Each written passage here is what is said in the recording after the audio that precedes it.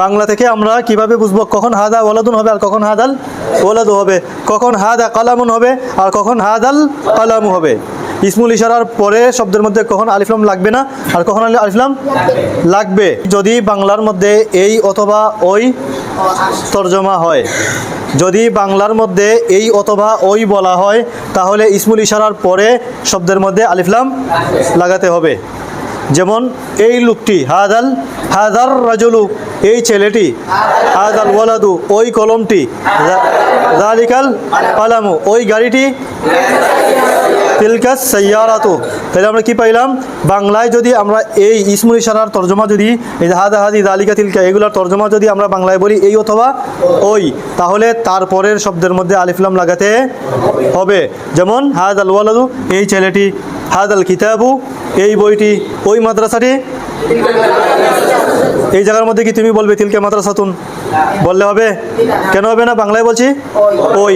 বাংলায় যদি এই অথবা ওই বলি তাহলে ইসমুল ইশারার পরের শব্দ আলিফ লাম লাগাবেন। তাহলে ওই মাদ্রাসাটি, তিলকাল মাদ্রাসাতু, এই ছেলেটি, হাদাল ওয়ালাদু, হাদাল ওয়ালাদু। কিন্তু যদি বলি এটি একটি ছেলে, যদি বলি এটি একটি ছেলে, তাহলে এই ওই বলছি। যদি বলি এটি একটি ছেলে, এটি একটি কলম, সেটি একটি জানালা, এখানে কি এই ওই আছে? নাই। যেহেতু এই ওই নাই, তাহলে ইসমুল ইশারার পরে শব্দ আলিফ লাম লাগবে না। তাহলে যদি বলি এটি একটি কলম, হাদা কলমুন। কিন্তু যদি বলি এই, বাংলায় যদি বলি এই ওই, এই কলম, তাহলে আলিফ লাম লাগবে। যদি বলি এই কলম, হাদাল কলামু, এই কলমটি সুন্দর, হাদাল কলামু জামিলুন। কিন্তু যদি বলি এটি একটি সুন্দর কলম, এই বলছি নি, তাহলে আলিফ লাম লাগবে নি? লাগবে না। যদি বলি এটি একটি সুন্দর কলম, হাদা কলামুন জামিলুন। যদি বলি ওই দরজাটি খোলা, ওই দরজাটি খোলা, এখন ওই এই ওই বলে আলিফ লাম আসবে, ইসমুল ইশারার পরে আলিফ লাম আসবে। তাহলে ওই দরজাটি খোলা, যালিকাল বাবু মাফতুহুন। এখন যদি বলি আমি সেটি একটি খোলা দরজা, সেটি খোলা দরজা, তাহলে দেখো তো এই ওই আছে? নাই। নাই যেহেতু বলবেন নি যালিকাল বাবু মাফতুহুন, কি বলবেন? আলিফ লাম আসবে? কেন আলিফ লাম আসবে না? আমি এই কিংবা ওই বলি নাই, আমি বলছি সেটি বা ওটি, সেই দরজা বলি নাই, ওই দরজা বলি নাই, বলছি সেটি একটি খোলা দরজা। এটা আরবি কি হবে? যালিকা বাবুন মাফতুহুন। এটি একটি সুন্দর, এটি একটি সুন্দর কলম, হাদা কলামুন, এই কলমটি সুন্দর, এই ছেলেটি ভদ্র, হাদাল ওয়ালাদু মুআদ্দাবুন। এটি একটি ভদ্র ছেলে, হাদা ওয়ালাদুন মুআদ্দাবুন। ওই গাড়িটি ভালো। কেন তিলকার পরে তুমি আলিফ লাম যুক্ত করলে কেন?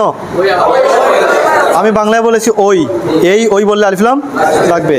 আর যদি আমি বলি যে তিলকা সাইয়ারাতুন জামিলাতুন, আলিফ লাম লাগাই নাই, তিলকা সাইয়ারাতুন জামিলাতুন, তখন কি বলবে? সেটি একটি সুন্দর। তখন কি বলবে না ওই গাড়িটি সুন্দর? কেন বলবে না? আমি তিলকার পরে ইসমুল ইশারার পরে সাইয়ারাতুনের মধ্যে আলিফ লাম লাগাই নাই, যার কারণে ওই তর্জমা হবে না।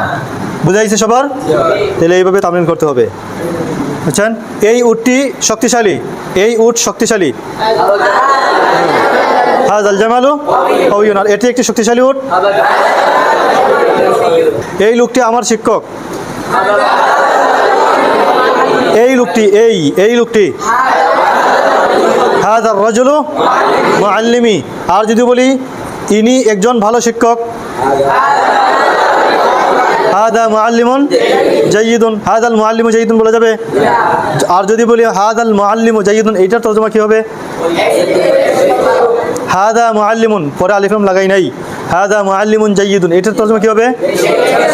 ইনি একজন ভালো শিক্ষক। এখানে এই শিক্ষক বলা যাবে? যদি বলি এই শিক্ষক, তাহলে আরবি কি হবে?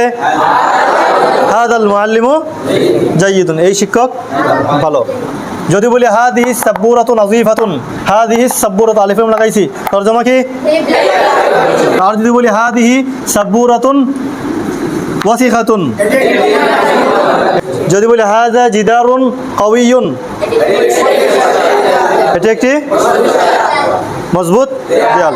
আর যদি বলি এই দেয়ালটি মজবুত, এই দেয়ালটি, বাংলায় এই বললাম, তখন বলবেন হাযাল জিদারু কাওয়িয়ুন। বুঝছেন তো এই অংশটা?